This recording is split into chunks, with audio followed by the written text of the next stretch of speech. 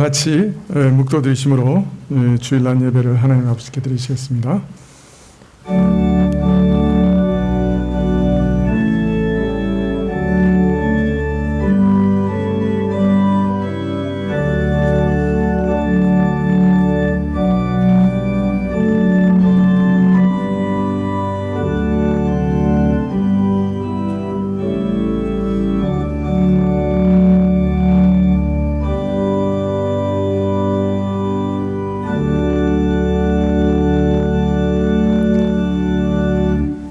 주의 궁전에서 한날이 다른 곳에서 첫날보다 나은즉 악인의 장막의 거함보다 내 하나님 문지기로 있는 것이 좋사오니 여호와 하나님은 해요 방패시라.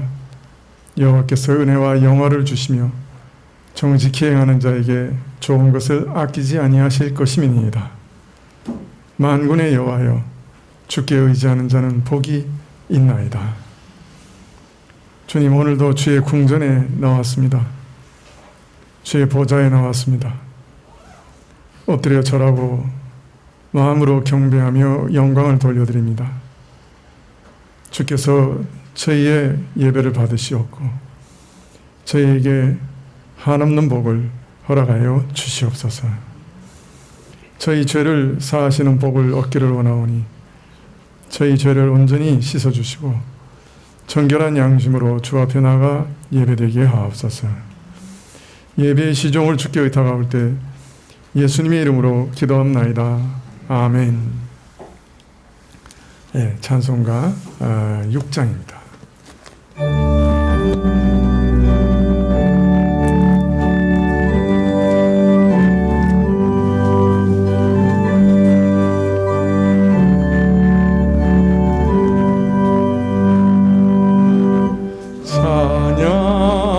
성부 성자 성령 삼위일체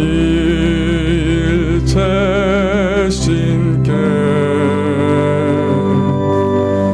영세 무궁하기까지 영광을 돌리세. 영광을 돌리세.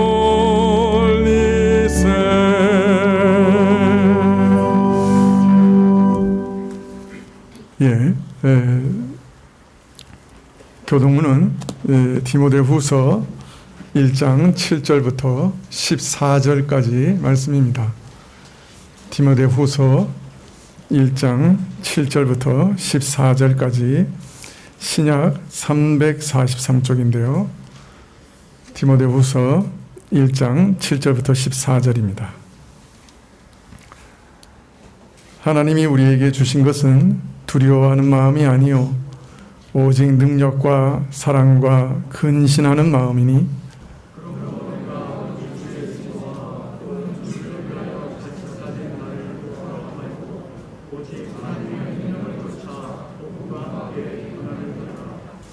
하나님이 우리를 구원하사 거룩하신 부르심으로 부르심은 우리의 행위대로 하심이 아니요 오직 자기 뜻과 영원한 때 전부터 그리스도 예수 안에서 우리에게 주신 은혜대로 하심이라.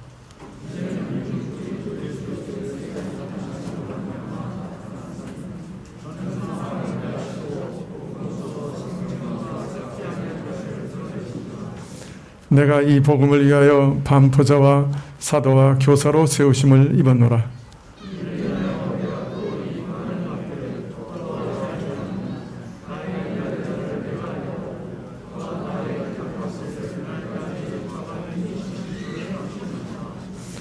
너는 그리스도 예수 안에 있는 믿음과 사랑으로서 내게 들은 바 바른 말을 본받아 지키고 우리 안에 거하시는 성령으로 말미암아 내게 부탁한 아름다운 것을 지키라. 아멘. 사도신경으로 우리 신앙을 고백드리겠습니다. 전능하사 천지를 만드신 하나님 아버지를 내가 믿사오며 그 외아들 우리 주 예수 그리스도를 믿사오니 이는 성령으로 잉태하사 동정녀 마리아에게 나시고 본디오 빌라도에게 고난을 받으사 십자가에 못 박혀 죽으시고 장사한 지 사흘 만에 죽은 자 가운데서 다시 살아나시며 하늘에 오르사 전능하신 하나님 우편에 앉아 계시다가 저리로서 산 자와 죽은 자를 심판하러 오시리라. 성령을 믿사오며 거룩한 공예와 성도가 서로 교통하는 것과 죄를 사하여 주시는 것과 몸이 다시 사는 것과 영원히 사는 것을 믿사옵나이다. 아멘. 네, 찬송가 20장입니다. 찬송 20장입니다.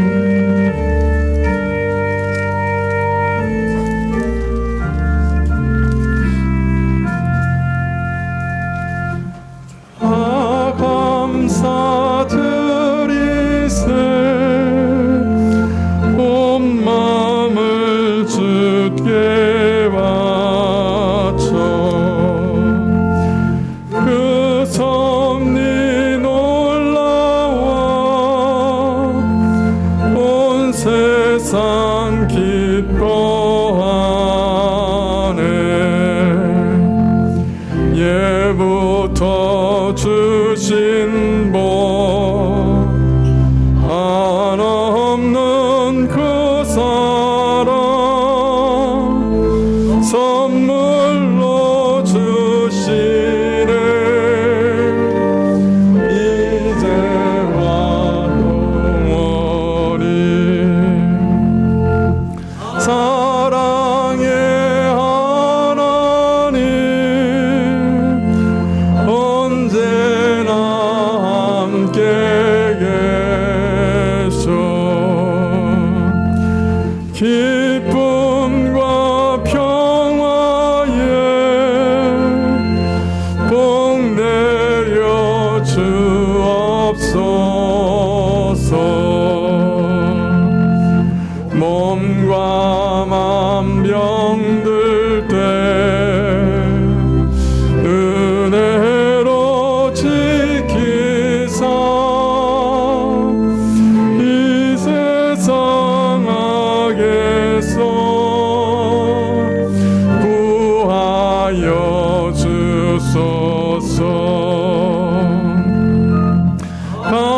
감사와 찬송을 다 주께 드리오라. 저 높은 곳에서 다스리시는 주님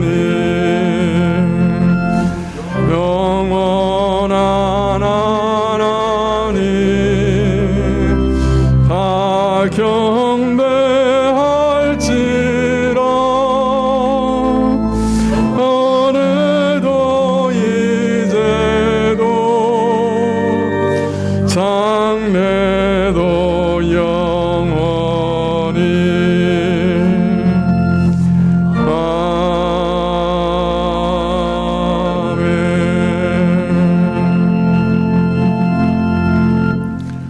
예, 우리 온성이가 미국에서 잠깐 왔습니다.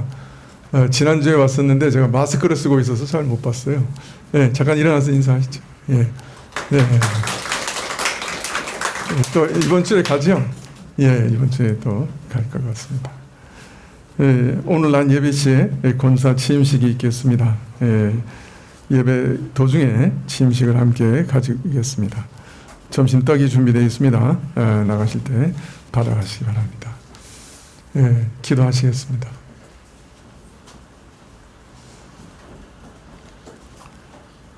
아버지 하나님, 예, 저희 인생이 고난을 위해 난 것 같다. 욥기 가운데 말씀하셨는데 저희 안에 많은 고난과 많은 무거운 짐들이 있습니다. 저는 그러나 오히려 저희는 이런 고난 때문에 하나님께 더 가까이 나오게 됩니다. 저희가 이 땅에 살아가는 것이 참 저희에게 주어져 있는 힘으로는 감당할 수 없다는 것을 저희가 잘 알게 되고 고난 때문에 오히려 저희 연약함과 비참함을 더 알게 되어서 하나님께 가까이 나아가게 됩니다.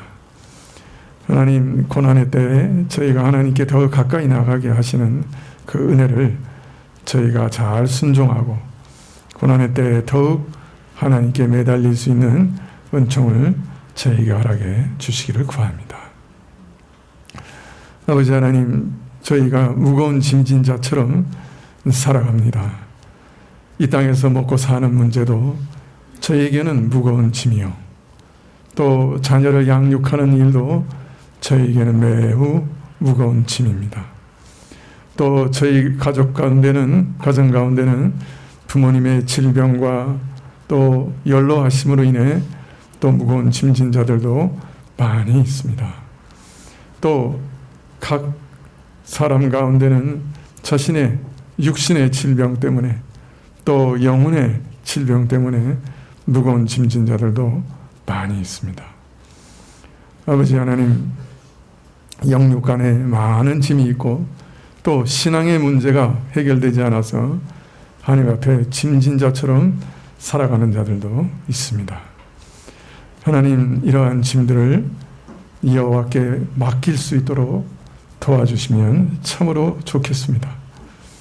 주님, 여호와께 맡겨버리라 그렇게 명하시지만은 저희는 그것이 뭔지 잘 알지 못합니다. 정말 마음속으로 이 짐을 여호와께 맡겨버리고 가벼운 마음으로 훌훌 털며 즐겁게 살아가기를 원하지만 저희가 잠시 참으로 바쁜 일을 내려놓는 그 순간 그 무거운 짐들이 우리 마음을 점령하는 것을 금방 보게 됩니다. 아버지 하나님, 이러한 짐들을 매일 매순간 하나님께 맡길 수 있도록 주님, 저에게 그 맡기는 법을 가르쳐 주시옵소서. 저희가 무거운 짐을 지고 이고 가지 않고 정말 여호와께 맡기고, 이 짐은 이제 여호와의 것입니다. 여호와께서 대신 짊어지십시오. 저를 도와주십시오. 대신 짊어지시고 저로 가볍게 해주옵소서. 고백할 수 있게 해주시고 정말 맡길 수 있도록 도와주시기를 간절히 기도드립니다. 아버지 하나님, 오늘은 또 두 분을 권사로 취임하는 예식이 있는데 자신들의 짐도 무거운데 또 이제 교회 안에 여러 가지 짐들을 져야 하는 참으로 직임을 맡게 되었습니다. 주께서 허락하셔서 이제 또 무거운 짐진 자로 저희가 취임케 하는데 하나님, 우리 두 분도 이 짐을 스스로 짊어지지 않게 하시고 날마다 하나님께 맡길 수 있도록 허락하여 주시옵소서. 주님, 그래서 무겁지만은 그러나 무겁지 않게 자원하는 마음으로 기쁜 마음으로 감당할 수 있도록 도와주시옵소서. 그 짐을 맡긴 자들에게는 또 하나님께서 그 짐을 질 수 있는 능력도 허락하시는 줄 아오니 우리 모든 성도들에게 이런 복을 주시고 또 우리 새로 취임하는 두 권사님들 가운데도 이런 은혜를 허락하여 주시옵소서. 주님, 우리 청소년들도 어릴 때부터 자신의 짐을, 자신의 인생의 짐을 여호와께 맡기는 법을 배워 알게 하여 주시기를 원하고 자신의 영혼을 여호와께 맡기게 하시기를 구합니다. 오늘 저희가 저희 모든 것이 주의 것임을 고백하고 주님께 헌물드려 싸우니 저희 자신을 받아주시기를 원하고 저희 찬송을 받으시기를 원하며 또 말씀을 주시기를 구합니다. 주님께 모든 것을 의탁드리옵고 예수님의 이름으로 기도합나이다. 아멘. 예, 말씀은 데살로니가 전서 5장 12절부터 15절까지입니다.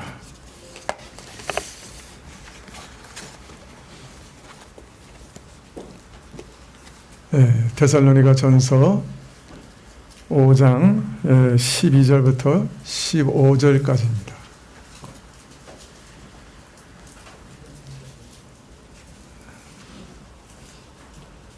데살로니가전서 5장 12절부터 15절, 신약 333쪽입니다.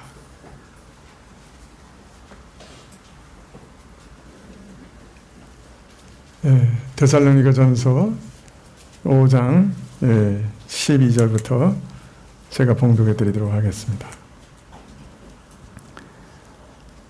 형제들아, 우리가 너희에게 구하노니 너희 가운데서 수고하고 주 안에서 너희를 다스리며 고난하는 자들을 너희가 알고 저희 역사로 말미암아 사랑 안에서 가장 귀히 여기며 너희끼리 화목하라.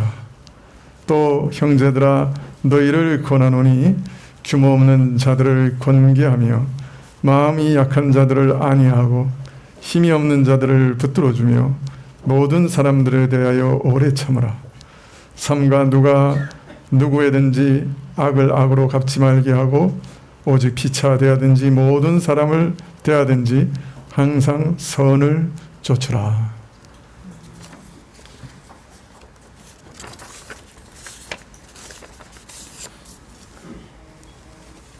오늘은 권사 취임 예식이 있어서 그동안 강의하던 골로새서를 조금 중지하고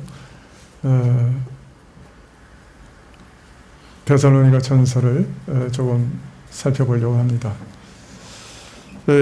우리 헌법에는 권사의 직무에 대해서, 즉 권사가 하는 일이 뭐냐 하는 것에 대해서 이렇게 얘기합니다. 당회 지도대로 교인을 방문하되 병 환자와 곤란을 당한 자와 연약한 교인을 돌아본다. 이렇게 기록되어 있습니다. 그래서 사실 큰 교회 같은 경우는 이제 부교육자들이 신방을 할 때, 또 담임 목사가 신방을 할 때 그 신방 대원으로 권사님들이 많이 일을 하세요. 우리 교회 같은 경우는 이제 부교육자들과 같이 이게 보통 신방을 하는데, 큰 교회는 이제 신방 대원들이 부족하니까 권사님들이 많이 신방 대원으로 일하시지요. 자, 그런데 우리 헌법에 보면 바로 이어서 디모데 2장 3절 5절부터 5절을 참조하라, 또 이렇게 되어 있어요. 그래서 권사가 하는 일에 대해서 디도서에 보면 좀 더 자세한 설명이 나옵니다. 디도서 2장 3절 이하를 보면 권사가 하는 일에 대해서 말하기를 행실이 거룩하며 참소치 말며 많은 술에 종이 되지 말며 선한 것을 가르치는 자들이 되고 저들로 젊은 여자들을 교훈하되 그 남편과 자녀를 사랑하며 근신하며 순전하며 집안일을 하며 선하며 자기 남편에게 복종하게 하라. 이는 하나님의 말씀이 회방을 받지 않게 하려 함이라. 이렇게 말하고 있습니다. 즉 권사의 직무는 첫째는 자신의 행실을 돌아보아서 이 세상 쾌락에 중독되지 않고 다른 사람들의 모범이 되어야 한다 하는 것이고, 둘째는 젊은 여자들을 가르치고 교훈하며 저들을 돌아보는 일을 해야 한다. 이렇게 말하고 있습니다. 자, 이러한 권사의 직무에 대해서는 6개월 동안 권사님들 교육을 하면서 또 권사님들에게 이미 말씀을 드렸기 때문에 오늘은 이러한 권사님들이 교회 안에서 그 직분을 감당할 때 특히 주의해야 될 것이 무엇인가 하는 것에 대해서 말씀을 드리려고 합니다. 물론 이 데살로니가 말씀은 권사뿐만 아니라 목사와 장로, 집사 등 교회 안의 모든 직분자들과 또 나아가 모든 교인들에게도 적용되는 말씀이기 때문에 오늘 성경의 원칙들은 모든 직분자들뿐만 아니라 모든 교우들도 유념하셔야 되는 말씀이라 할 것입니다. 제가 밑돌이 좀 탈의하고 말씀을 전해야 되겠습니다.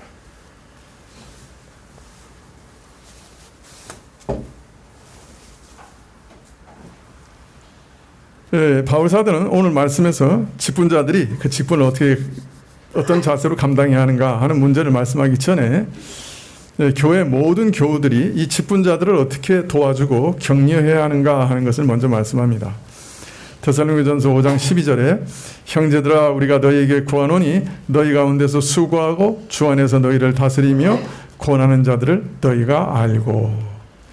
바울은 교회가 하나로 세워져야 할 것을 권면하시면서 제일 먼저 언급한 내용이 수고하는 자들, 즉 다스리는 자들에 대한 올바른 인식이라 이렇게 말합니다. 수고하는 자들, 다스리는 자들에 대해서 올바로 알아야 된다 하는 말씀이죠. 사실 한 단체나 공동체에 있어서 지도자의 역할과 영향이 얼마나 큰지 우리는 아주 실감하면서 살아갑니다. 사실 대통령이 한 사람 바뀌는 것만 해도 나라가 엄청 많이 바뀌잖아요. 그런 걸 보면 이 지도자라고 하는 위치가 얼마나 중요한지 우리는 잘 알 수 있습니다. 교회 지도자들도 마찬가지죠. 근데 교회 지도자들은 사실은 이 세상의 모든 지도자들보다 훨씬 더 중요합니다. 왜냐하면 참 이 교회 직분자들은 그냥 세상의 여느 지도자들과 달리 사람의 영혼의 문제를 다루기 때문에 그렇습니다. 그렇기 때문에 참 깊이 알 필요가 있습니다. 이 직분이 얼마나 귀중한가, 또 이 일이 무엇을 하고 하는 것인가, 또 우리는 어떻게 그들을 도와줘야 되는가, 이런 것을 깊이 이해할 필요가 있는 것이죠.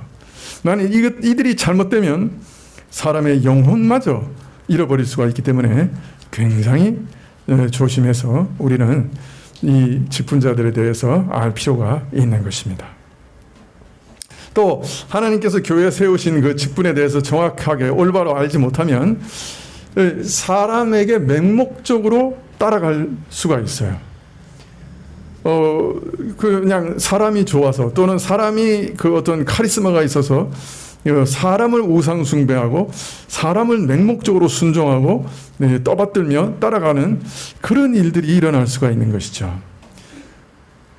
그러나 교회의 직분이 무엇인지 바로 알면 사람이 중요한 것이 아니라, 인간이 중요한 것이 아니라 하나님이 세우신 직분이 중요하다 하는 것을 알게 되고, 또 사실 사람은 언제든지 바뀔 수 있지 않습니까? 늘 바뀌는 것이죠.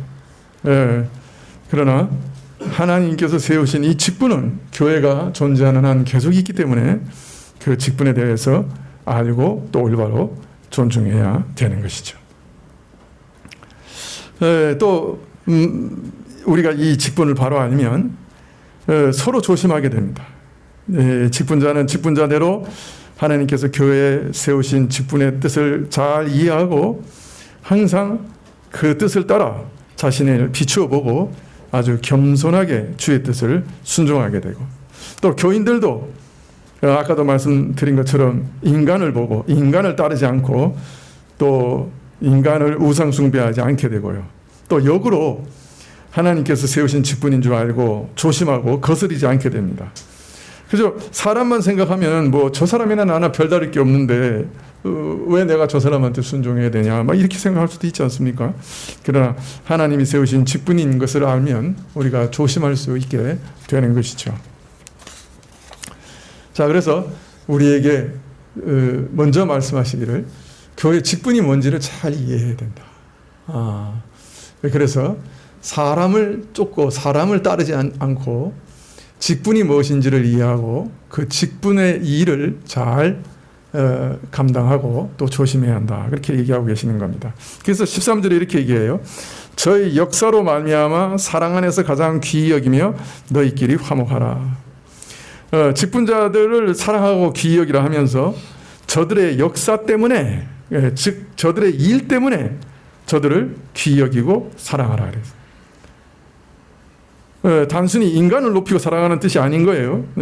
직분의 중요함을 알고 그것을 염두에 두고 때문에 사랑하고 존중히 여기란 말입니다. 무슨 뜻입니까?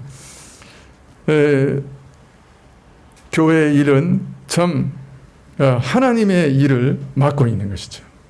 하나님의 말씀을 따라 말씀을 순종하고 말씀을 가르치고 또 앞장서서 이끌어가고 하는 것이 교회의 직분입니다. 아까도 말했지만 이 직분이 잘못됐을 때 그 영향력은 너무나 심각합니다. 영혼이 죽고 사는 문제가 달린 문제가 됩니다. 이처럼 중요한 일이기 때문에 그 직분을 맡은 사람들을 그 일 때문에 사랑하고 존중히 여기는 겁니다. 자, 그런데 사실 이 직분을 맡은 자들은 어떤 사람들입니까? 그렇게 중요한 일을 맡기에는 턱없이 부족한 사람들이고 모자란 사람들이죠. 자, 이런 사람들이 중요한 일을 맡았으니 이 직분자를 사랑하고 존경하라는 말은 저 사람들이 정말 사랑할 만한 사람이고 대단한 인물들이고 참 모든 것이 완벽하기 때문에 사랑하고 존중히 여기라, 그런 뜻이 아닌 건 분명하지요. 사실 오히려 사람으로는 감당할 수 없는 그런 일을 맡고서 전전긍긍하는 그 사람을 안타깝고 안쓰럽게 여기는 마음으로 사랑하고 존경하는 그런 사랑과 존경이요, 사랑으로서는 감당할 수 없는 그런 직분을 맡았는데 위험은 도처에 도사리고 있고 정말 아차 하면 헛발디디게 되고 교회와 교우들에게 심각한 해를 끼치게 되니 제발 실수 없이 저 직분을 제대로 감당할 수 있게 해주십시오 하는 기도와 함께, 저렇게 연약한 사람이 저렇게 중요한 일을 맡았으니 하나님이 도우시지 않으면 안 됩니다, 도와주십시오 하는 간절한 기도와 함께 하는 사랑과 존경이라고 말할 수가 있습니다. 우리가 가정에서나 사회에서나 다 맡은 직분이 있습니다만은 우리가 다 온전하지 못하잖아요. 사실 이 사회에서 우리가 우리 직분을 온전히 다 감당하고 사는 사람 많지 않죠. 더 나아가서 가정에서 온전한 아비로서 또 온전한 자녀로서 자신의 역할을 다 감당하는 사람이 몇이나 있겠습니까? 다 자기가 맡은 역할 제대로 감당 못하죠.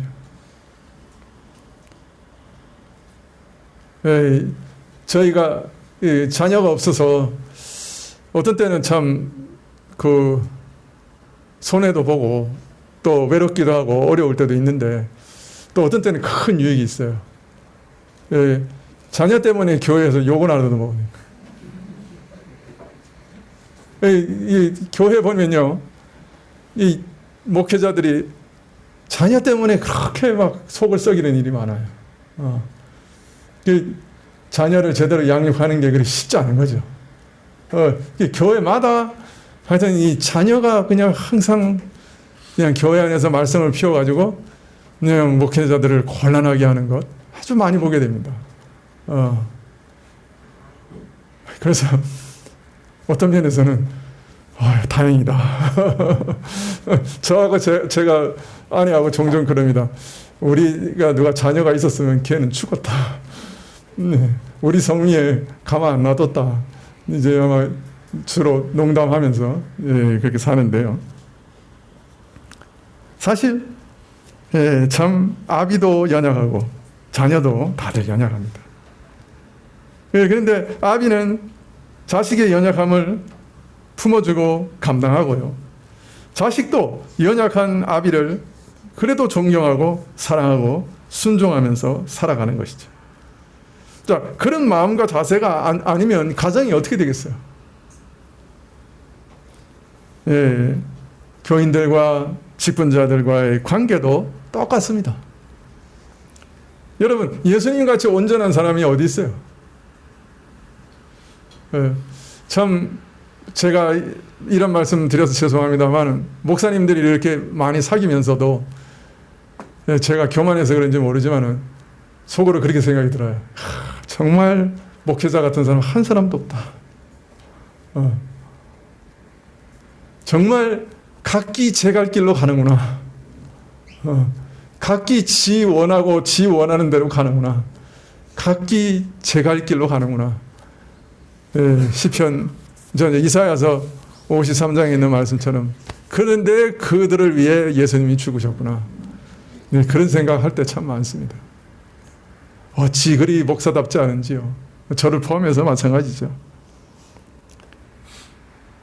자, 그런데 하나님께서 그 부족한 자들을 세우신 거예요. 그러니 도저히 감당할 수 없는 그런 일을 맡아서 끙끙대고 전전긍긍하는 것이 사실이에요. 다 부족하죠. 예수님같이 온전한 자가 어디 있어요? 자, 그런데 그런 자들을 위해서, 연약한 자들을 위해서 기도하고 위로하고 참 그 일을 제대로 감당할 수 있도록 격려하는 것이 어떤 의미에서는 교인들이 직분자들을 세우는 길이라고 할 수 있습니다. 사실 우리는요, 우리 자신을 보는 것은 참 어려워도 다른 사람 보는 거는 정말 비수 같아요. 금방 보입니다. 저 다른 사람 잘못하는 게. 그럼 우리가 그 사람을 저렇게 어렵고 힘든 일을 맡아서 얼마나 힘들겠나 이렇게 위로하는 것보다 당신은 그 직분자인데 어떻게 그렇게 못합니까? 이렇게 화살을 쏠 때가 훨씬 많죠.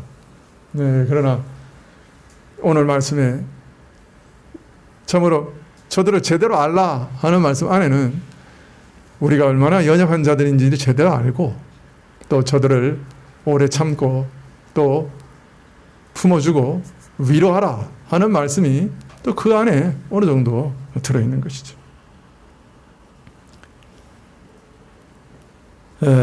그래서 저들을 사랑하고 귀히 여기라고 계속해서 말씀하고 있는 것이라고 할 수 있습니다. 교인들이 목회자나 장로나 권사나 모든 직분자들을 대하는 태도가 이와 같아야 한다라고 가르치고 계신 것이죠. 동시에 이렇게 하나님께서 교회에 세우신 직분을 잘 이해하고 깊이 아는 가운데 스스로 삼가며 서로서로 그 위치와 직분을 잘 이해하며 서로 사랑하며 귀중히 여기면 그것이 화목과 평안으로 드러나게 되는 것이죠. 그래서 무엇보다도 참으로 화목한 것이 참으로 중요하다. 화목과 평안이 참으로 중요하다. 그렇게 말씀하고 계신 것이에요. 바울은 교우들이 직분자들을 어떻게 도와주고 격려해야 되는가 하는 것을 말씀하신 후에 이제 직분자들이 그 직분을 감당할 때 특히 주의해야 될 것이 무엇인가 하는 것을 14절부터 말씀하시기를 또 형제들아 너희를 권면하노니 규모 없는 자들을 권계하며 마음이 약한 자들을 안위하고 힘이 없는 자들을 붙들어주며 모든 사람을 대하여 오래 참으라 이렇게 말합니다. 직분자들이 특히 주의해야 될 것이죠. 먼저 규모 없는 자, 흔히 게으른 자라고 합니다마는 게으른 자를 경계하라 말씀합니다. 여러분, 그리스도인이 된다 하는 말은 섬기는 자가 된다는 말입니다. 하나님께서 우리를 신자로 만드신 것은 어떤 의미에서 섬기는 사람으로 만드셨다는 뜻이에요. 위로는 하나님을 섬기는 자로 만드셨어요. 오늘 우리가 하나님께 나와서 예배드리는 것도 하나님을 섬기는 최고의 방편입니다. 그래서 우리가 일주일에 한 번이라도 또 일주일에 시간을 정해서 또 여러 번 이렇게 나와서 하나님께 예배드리는 것이에요. 하나님을 섬기는 최고의 방편이 예배입니다. 그래서 우리가 이렇게 모여서 시간 나와서 예배드리는 거예요. 여러분이 하나님께 예배드리러 나올 때 하나님을 의식해야 돼요. 하나님을 섬기고 하나님을 높이고 하나님을 경배하고 찬양드리고 하는 마음으로 하나님께 절하는 마음으로 나오는 거예요. 이슬람 교도들은 하루에 5번 메카를 향해서 그저 자기 신을 향해서 절합니다. 대단하죠? 시간을 정해가지고. 근데 우리는 일주일에 한 번 정해가지고 나오는데도 안 나와요. 좀 뭐가 문제가 생기면 그냥 이거는 얼마든지 안 해도 된다고 생각하는 것 같아요. 이슬람 교도들은 하루에 5번 카페트를 깔아놓고 거기서 무릎을 꿇고 절해야 구원에 이르니까 그 짓을 하는 거지. 미안하지만 그 일을 하는 거지만은 우리는 이게 구원에 관계없어서 그런지 이렇게 등한히 하는 일들이 많이 있는 거예요. 그러나 여러분, 이거만큼 소중한 서비스, 이거만큼 하나님 앞에 우리가 섬기는 일이 없는 거예요. 근데 일주일에 한 번 나와서 절하는 것도 못 절하면 그것도 심각한 문제 아니겠어요? 이슬람권을 보면 막 하루에 5번 절하는데 예배하는 게 절하는 거예요. 그죠? 우리가 하나님께 절하는 거예요. 영적으로 내 마음으로 하나님께 엎드려 절하는 거예요. 우리 순서마다 하나님께 엎드려 절하고 있는 거예요. 찬양하면서 절하고 기도하면서 절하고 말씀을 들으면서 엎드려 경배하면서 듣는 거예요. 절하는 거예요. 이 예배는. 일주일에 한 번 나와서 하나님께 내 마음을 드려 절하는 거예요. 하나님을 섬기는 자가 되는 겁니다. 두 번째로는 우리는 위로는 하나님을 섬기고 옆으로는 이웃을 섬기는 자입니다. 우리는 우리 자신을 위해서 부르심을 받은 거 아니에요. 이웃을 섬기는 자로 부르심을 받았어요. 이거 굉장히 중요합니다. 그래서 우리는 단순히 우리 자신의 몫을 잘 감당해야 될 뿐 아니라 다른 사람까지 돕는 자로 항상 있어야 됩니다. 신자의 목표와 삶의 자세가 이러할진데 이 규모 없이 즉 게으르게 살아가는 것에 대해서는 이게 교회가 묵인하거나 내버려둬서는 안 됩니다. 영적으로나 육적으로나 게으르면 안 돼요. 자기 가정을 자기가 벌어 먹여야 돼요. 예, 교회 안에서도 자기가 감당해야 할 일을 찾아서 열심히 일을 해야 됩니다. 예, 게으른 것이 천주교가 옛날에 중세시대 때 7가지 무서운 죄악 중에 하나가 게으름이에요. 근데 재밌는 건 과식도 들어갔어요. 옛날에. 과식과 게으름이 7가지 무서운 죄 중에 들어갔어요.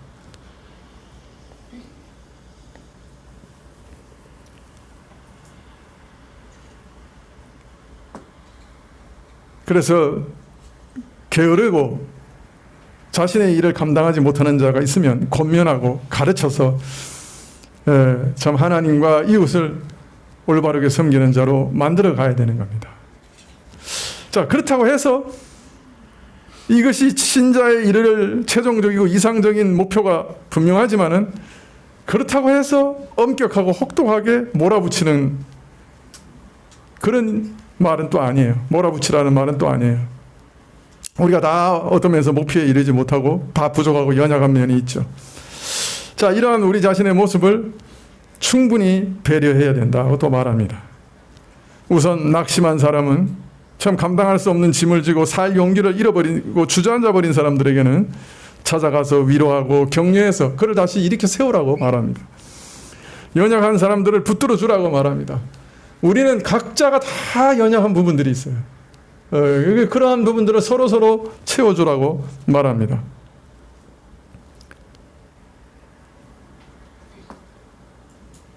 그리고 무엇보다도 모든 사람들에게 관용하고 오래 참으라고 말합니다.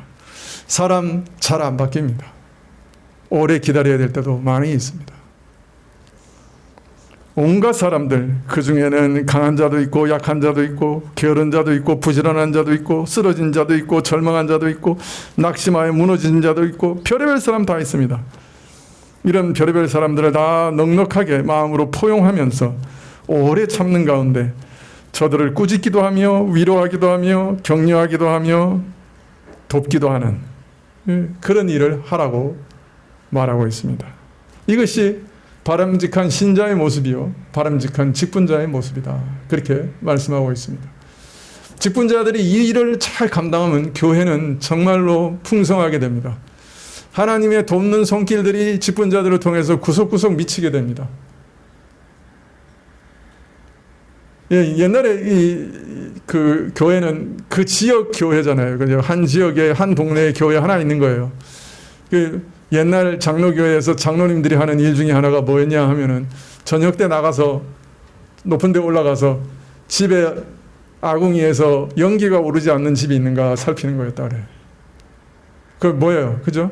교회 장로들이 그 동네에서 한 교회 딱 있잖아요. 그럼 그 장로님들이 제일 하는 일이 뭐냐면 그 동네 언덕에 올라가서 저녁에 밥 짓는 연기가 안 오르는 집이 있나 살펴보고 그런 집을 돕는 거예요.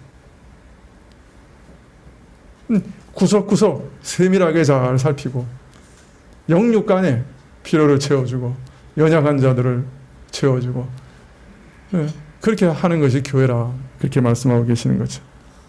15절에 삼가 누가 누구에게든지 악을 악으로 갚지 말고 오직 피차 대하든지 모든 사람을 대하여 항상 선을 쫓으라. 참 제일 어려운 말씀이에요. 악을 악으로 갚지 말라 그래요. 여러분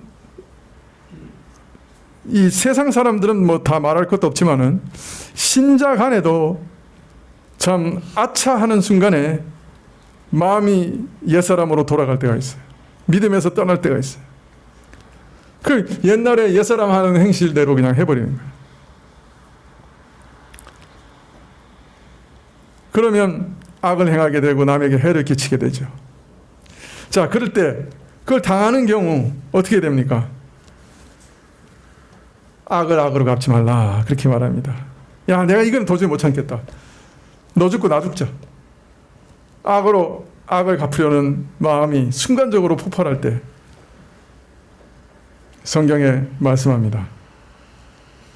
저 사람과 똑같이 악을 악으로 갚아서 악한 자가 되지 말라, 그렇게 말씀하십니다. 참 어렵죠. 참 어려운 말씀이죠.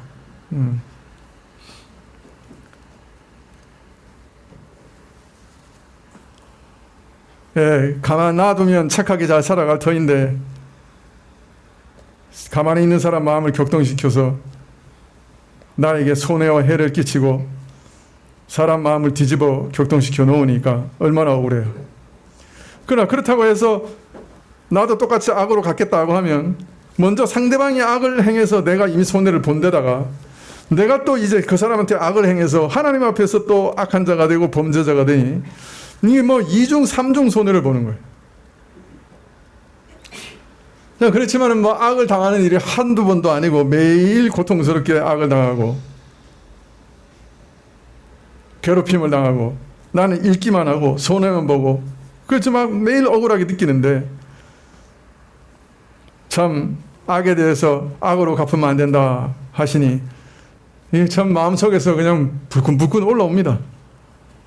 그러나 여러분,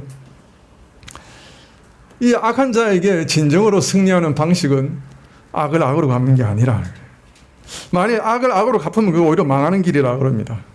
내가 악을 악으로 갚겠다고 마음속에서 결심하는 순간에 사실은 그 사람하고 똑같은 사람 되는 거예요. 여러분 어떻습니까? 요새도 참 재밌는 거 많이 보는데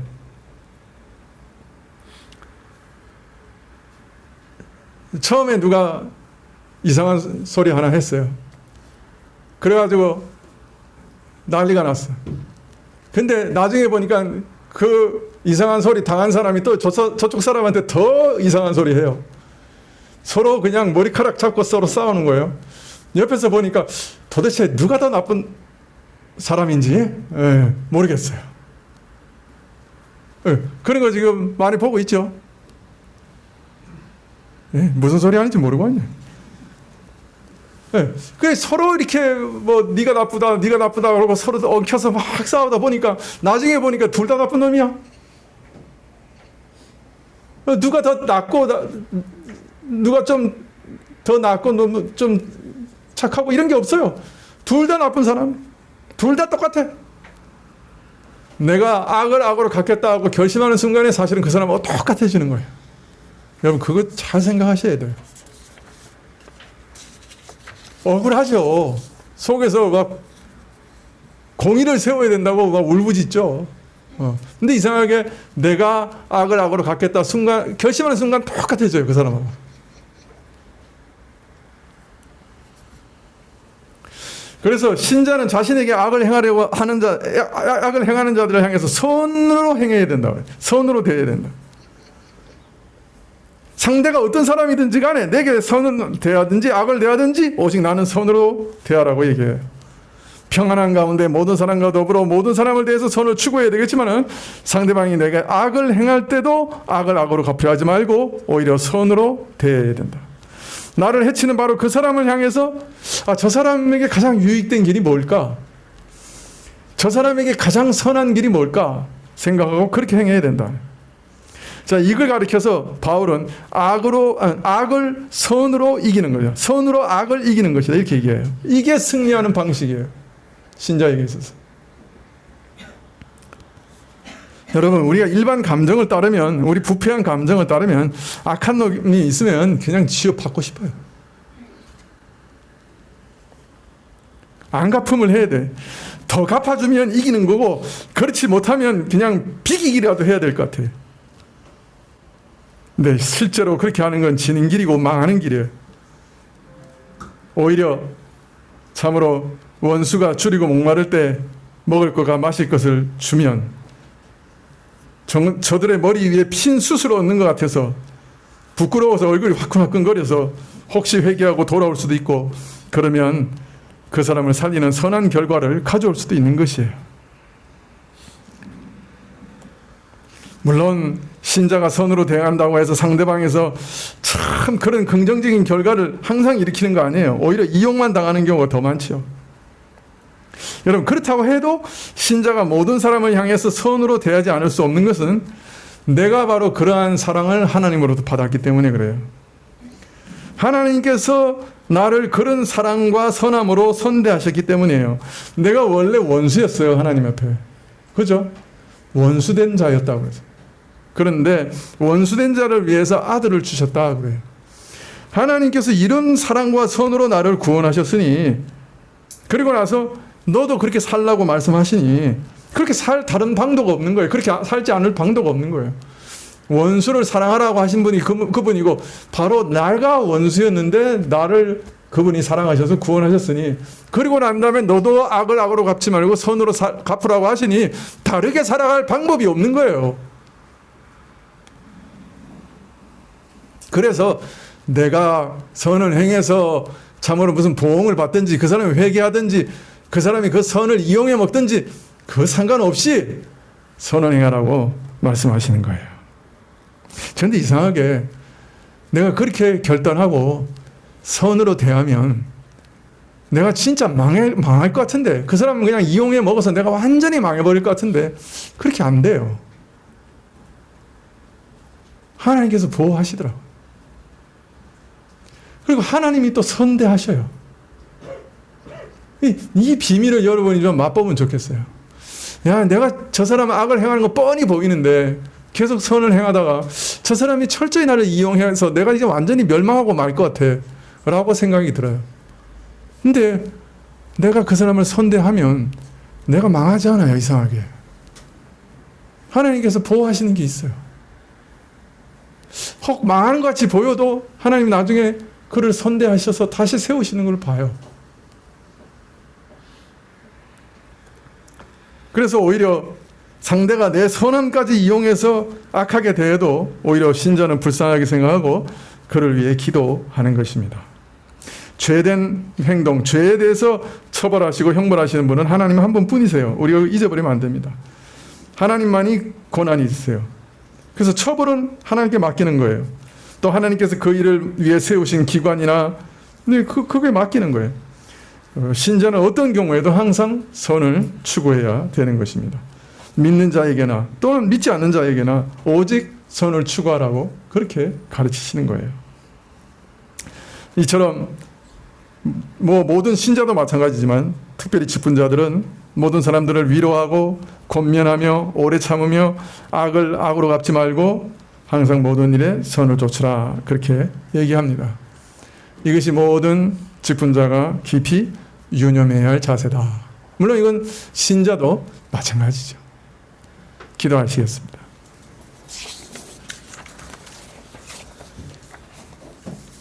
하나님 아버지, 저희로 불가능한 과업을 하도록 부르셨습니다. 저희 옛사람으로는 결코 할 수 없습니다. 그러나 하나님이 주신 새사람은 가능합니다.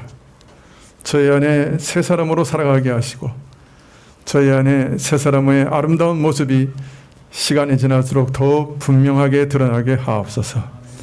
예수님의 이름으로 기도합나이다. 아멘. 예, 이제 권사 취임식을 갖도록 하겠습니다. 예, 권사 두 분은 좀 앞쪽으로 나와 주시겠어요? 예. 예, 우리 권사 취임식 그 순서지를 이미 나눠드렸죠. 권사님 두 분은 요 앞쪽으로 좀 나와 주십시오. 예.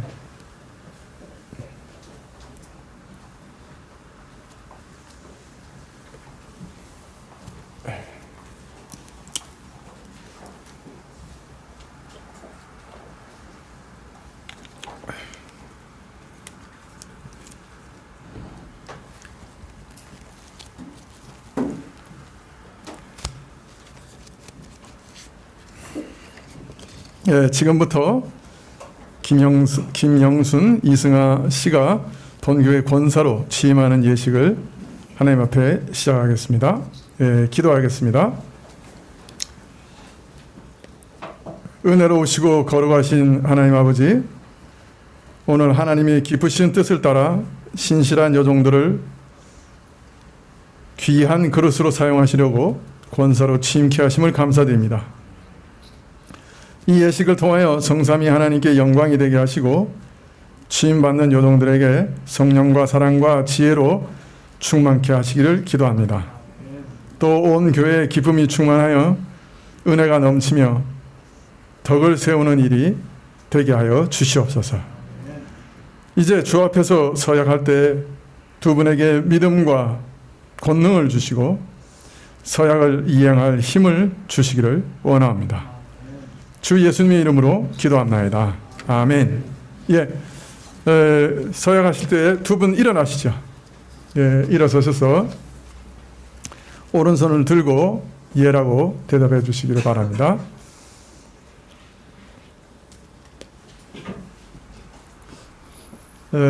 신구약 성경은 하나님의 말씀이요 또 신앙과 행위에 대하여 정확무오한 유일한 법칙으로 믿습니까? 본 장로의 신조와 웨스민스터 신도 개요 및 대소 요리문답은 신구약 성경이 교훈한 도리를 총괄한 것으로 알고 신실한 마음으로 받아 믿고 따르겠습니까? 본 장로의 정치와 권징조례와 예배 모범을 정당한 것으로 승낙하십니까? 이 지교의 권사의 직분을 받고 하나님의 은혜를 의지하여 진실한 마음으로 본직에 관한 범사를 행하기로 맹세하십니까? 본 교회의 화평과 성결함을 위하여 진력하기로 맹세하십니까? 취임자들이 서약을 했는데요. 교우들에게도 묻겠습니다. 원래 교우들도 다 일어나는 거거든요. 교우들도 다 일어나시겠어요?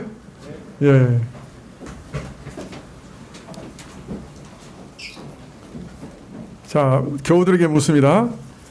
이 지교의 교우들이여 김영순 이승하 씨를 본 교회의 권사로 받고 성경과 교회 정치의 가르친 바를 쫓아서 주 안에서 존경하고 위로하고 복종하기로 맹세하십니까?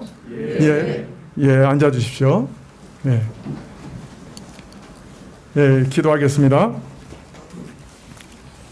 아버지 하나님, 피 흘려 사신 교회를 이 땅에 세우시고 또 우리 부족한 죄인들에게 복음을 전하여 주셔서 천국으로 인도해 주신 것 참으로 감사한데 또 이제 귀한 직분을 이 교회 안에 세울 수 있게 해주셔서 참으로 감사합니다.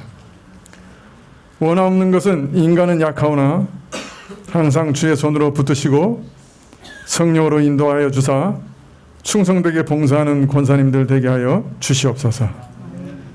한결같이 주님을 사랑하게 하시고 교인들을 위하여 영육간에 정성스럽게 돌아보게 하시고 기도의 눈물을 뿌리게 하옵소서. 권사님들의 발걸음이 미치는 곳마다 실망한 자들이 소망을 얻고 병든 자들이 위로를 얻고 가난한 자들이 기쁨을 누리게 하여 주시옵소서.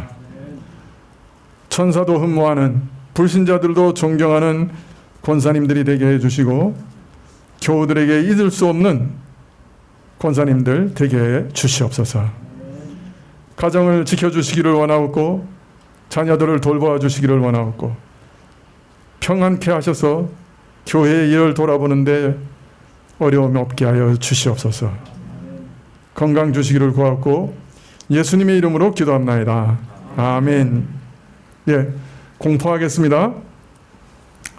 김영순 이승하 씨는 대한예수교 장로회 성가교회 권사된 것을 성부와 성자와 성령의 이름으로 공포하노라. 아멘. 자, 이제 권사님이라고 부르셔야 됩니다. 우리 주소록에는 아주 오래전부터 권사라고 되어 있더라고요. 근데 지금까지는 아니었는데 지금부터는 이제 권사님 되셨어요. 교회에서 조그만 선물을 준비했습니다. 성경인데요. 제가 드리도록 하겠습니다. 우리 김영준 목사님, 그다음에 이승훈 목사님.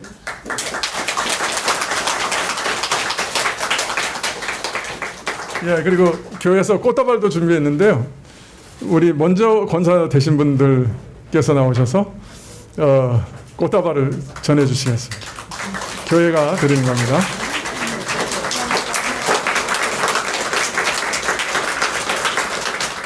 예, 예배가 끝난 다음에 더욱 축하해 주시면 고맙겠습니다. 예, 두 분 이제 앉으셔도 되겠습니다. 찬송 372장입니다.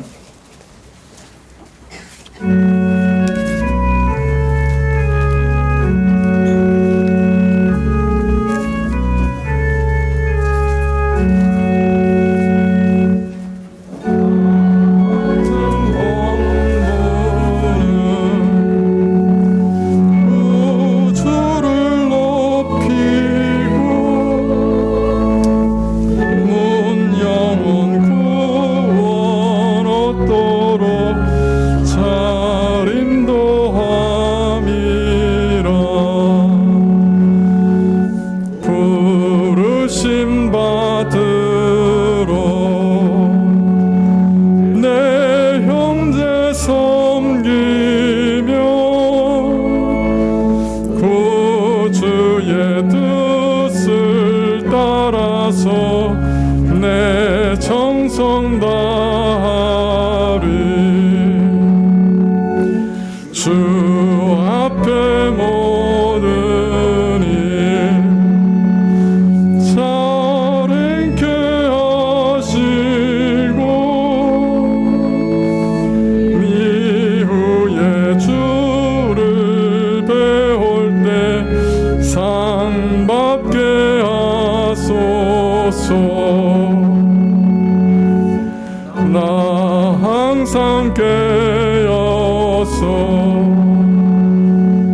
늘 기도 드리며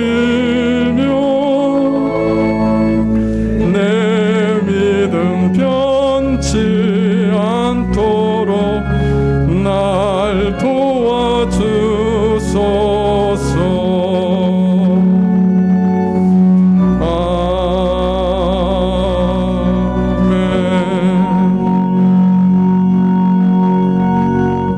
지금은 우리 주 예수 그리스도의 은혜와 하나님 아버지의 그 크신 사랑과 이 은혜와 사랑을 깨닫게 하시고 누리게 하시는 성령님의 교통하시고 역사하심이 참으로 직분자들이 누구인지 잘 알기를 힘쓰며 돕기로 결심하며 또 오늘 새로운 결심 가운데 참으로 권사로 취임한 두 분 머리 위에 지금부터 영원까지 함께 계실지어다. 아멘.